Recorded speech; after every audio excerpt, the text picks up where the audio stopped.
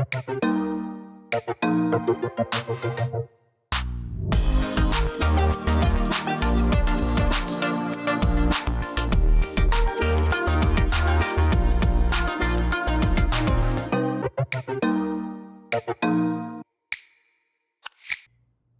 you for joining us. I'm Naiba Reynoso. Coming up, meet the head of the new AntiRacism and Diversity Initiative, and bright futures ahead for foster youth aging out of the system. But first, as LA County prepares for another record fire season, officials welcomed a fleet of Super Scoopers on loan from Canada for the next several months. Take a look.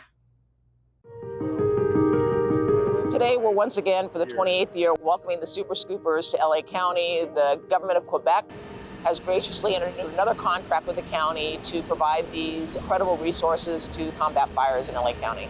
This is just one more tool in our box. LA County already has, no question about it, the best firefighting apparatus that relates to both in air, on ground. These are just one more way for us to ensure that we are protecting LA County in the case of a fire. We have a premier Air Force here in Los Angeles County. It's probably the most robust in the country as it pertains to any municipal fire department. We have 10 helicopters, and they fly 24/7, day and night. But as we approach the fall months, we start getting into our wind-prone time of the year, which we call Santa Ana fires. And so we like to augment our aircraft to have a more robust response to the fires. That's why we bring in the Super Scoopers. Fire season is year-round. And we do know is, once again, in some parts of the county of Los Angeles, we had least amount of rainfall on record. Our objective is to always keep wildfires 10 acres or less, 95% of the time. In combination with our aircraft and the Super Scoopers, we can meet that objective. We have the ability to prevent fires. The Super Scoopers are just one way for us to protect life and property, but it's important for people to be on the lookout and be responsible. In response to the national reckoning with issues of race following the death of George Floyd, the Board of Supervisors launched the AntiRacism, Diversity, and Inclusion Initiative, a sweeping agenda to fight racism in all forms. We sat down with Dr. D'Artagnan Scorza to learn more. And joining us today is Dr. D'Artagnan Scorza, Executive Director of LA County's new Anti-Racism, Diversity, and Inclusion Initiative, known as RD. Dr. Scorza is leading a major effort to help end racism in LA County and improve long-term life outcomes for all residents. Thank you so much for being here. Thank you so much for having me. What is the Anti-Racism, Diversity, and Inclusion Initiative, and why do we need it now? In July of 2020, the Board of Supervisors passed a motion that declared that racism was a matter of public health and called upon the county to develop a policy agenda to address generational inequality, right, and systemic racism. This really emerged from the death of George Floyd, where I think many of us understood what the impact of that moment was in our lives and our communities. The Anti-Racism, Diversity, and Inclusion Initiative is charged with eliminating racism within LA County by changing our structures and policies so that we can focus on the needs of those who are most vulnerable in our community and close disparities to ensure prosperity for all. What drew you into this work?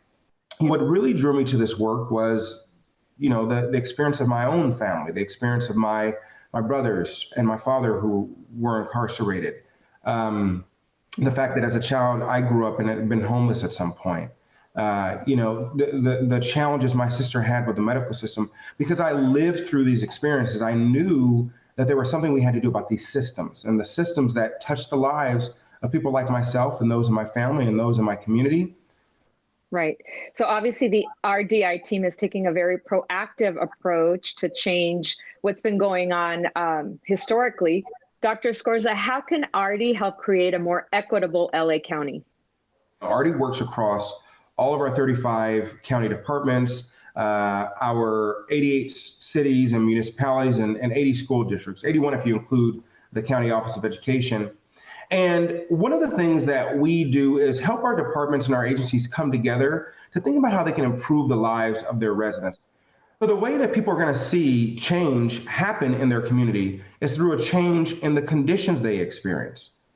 right? We want to make sure that we do things like reduce homelessness and increase housing stability, increase high school graduation, increase economic mobility and home ownership rates, right? Those are the types of goals that we're setting both through the RD initiative, but also for the county.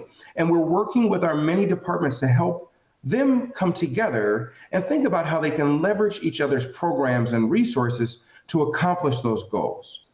Is there a way that the community can get involved in RD?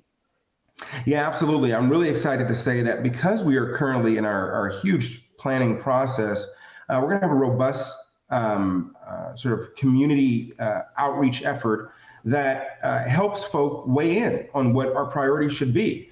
So folk can look forward to us reaching out in their neighborhoods throughout the entire county, inviting them to participate in a series of forums and community listening sessions, as well as town halls, to really, help us understand what matters to you in your neighborhood.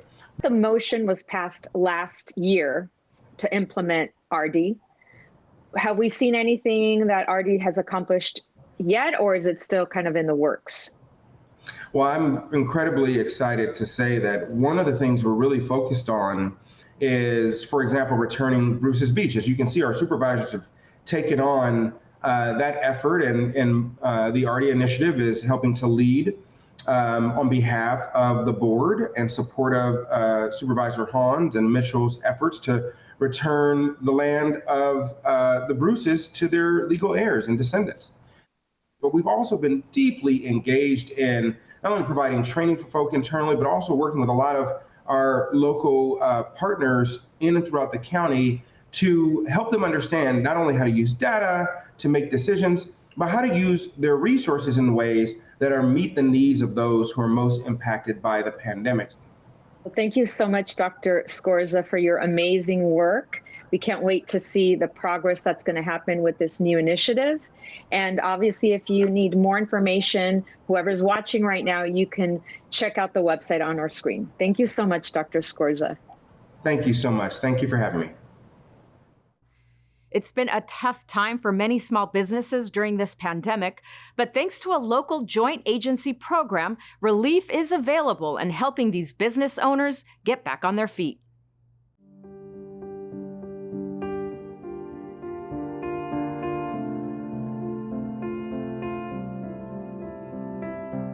Yo vendo ropa, mi negocio se llama Brightful. Todo lo que yo tenía se me fue, de un abrir y cerrar de ojos se me fue todo en un instante de trabajo, de todo mi esfuerzo, y prácticamente eso fue lo que más me afectó a mí en esto de la pandemia. The role of government is really to support all of its constituents, and I think oftentimes folks fall through the cracks.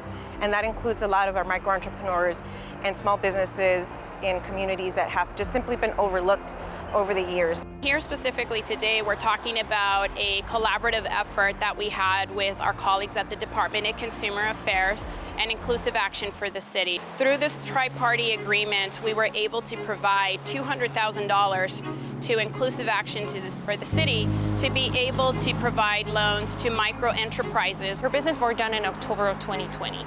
But before that, because of the pandemic, her clientele had decreased significantly. People were not buying clothes, they had other necessities. Lo que yo ya no tenía era como un presupuesto como para volver a empezar. Entonces, el préstamo a mí me ayudó bastante porque yo empecé otra vez de cero, empecé como nada, empecé otra vez como a agarrar mercancía. Con el préstamo voy a comprar más mercancía, voy a tratar de comprar todo lo que yo puedo vender para poder triplicarlo y poder salir adelante y así pagar el préstamo. A mí me fascinó esta ayuda y me cayó súper bien para mi negocio levantar, y la verdad ahorita yo estoy agradecida porque me ayudó bastante y pienso superarlo mucho. At the Los Angeles County Development Authority, we believe in building better lives and better neighborhoods. Heading off to college and breaking out on their own can be hard for many young people. But for those leaving foster care, the journey can be especially hard. A helping hand goes a long way. Take a look. We're here in the city of El Monte at McLaren Hall, and we're here to celebrate our foster youth. We wanted to give them hope, inspiration, and getting ready for those that are going to go back to school and those that are going to be going on to the university and those hopefully that are going to transition out of our care. We heard from some talented foster youth that spoke, that gave us some words of wisdom and really inspired us, I think, to think about how we take care of our young people, especially those that are in our foster program, and many of them that need continued support after they age out of foster care. Picking up all of these tips while standing on my toes because nobody knows the troubles I've been through. It's crazy, you see. I was in the system for 11 years, but I took that pain and used it to be able to advocate for other foster youth so that they don't experience some of the struggles I experienced navigating through the system. And that's what I'm really all about, paying it forward and making it easier for somebody else. I mean, having this, like I said, it's the first step. It's the first step to showing us that we're worth something. But keep pushing no matter what. Just keep going because there is a rainbow at the end of the tunnel. So we have a breadth of services here. We're giving out 125 laptops and also luggage that's being given to all the participants. We're giving out tickets to Six Flags Magic Mountain if you get your vaccine. They're giving out all kinds of goodies and food and just a whole array of services, wraparound services, so that our young people and their families know that we're here to support them. So I'm delighted to be here, and I know this is one of many events that we'll be doing in the near future.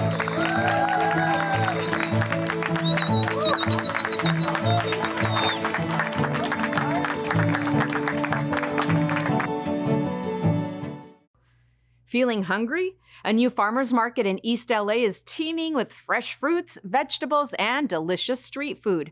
Come down to Whittier Boulevard to fill up and support local businesses. Here's more.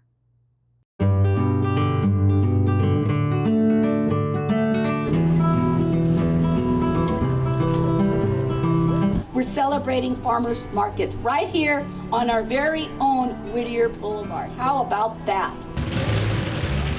You can see the culture, you can see the different diversities here. You'll find pupusas, you'll find tacos, you'll find your aguas frescas. We definitely got a lot of good vendors, a lot of arts and foods items. And just for example, I make sports sandals, I make huaraches, and it's a very unique sandal, and it's actually based on the footwear of the Aztecs, of the Mayans of Mexico. We're trying to give the community a healthy lifestyle for them to come and buy, and they could get reach at their local farmers market. So they could come and buy all the nuts, peanuts, dry fruit. Come help and support your local businesses and shop East LA. What are we gonna do? We're gonna eat, we're gonna buy, and we're gonna play right here in East LA.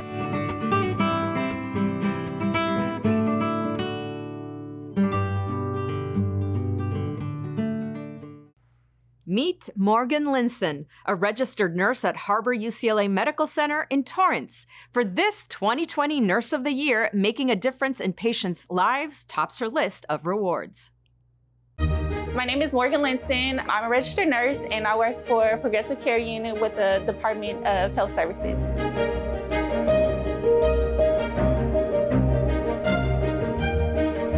Here at Harbor UCLA Medical Center, my job entails caring for patients directly. Not only do we take care of progressive care patients, we also take care of oncology patients and renal transplant patients, but we try to fulfill their psychological and emotional needs with, giving them the best care that we can.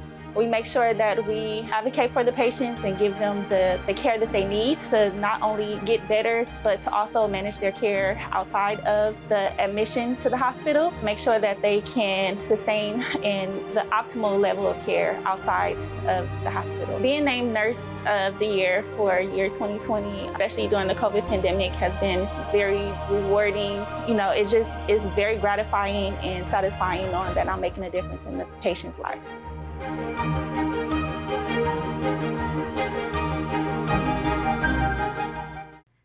Thanks for joining us. We leave you now with beautiful summer scenes from Marina Pacifica in Long Beach. We'll see you next time on LA County Close Up.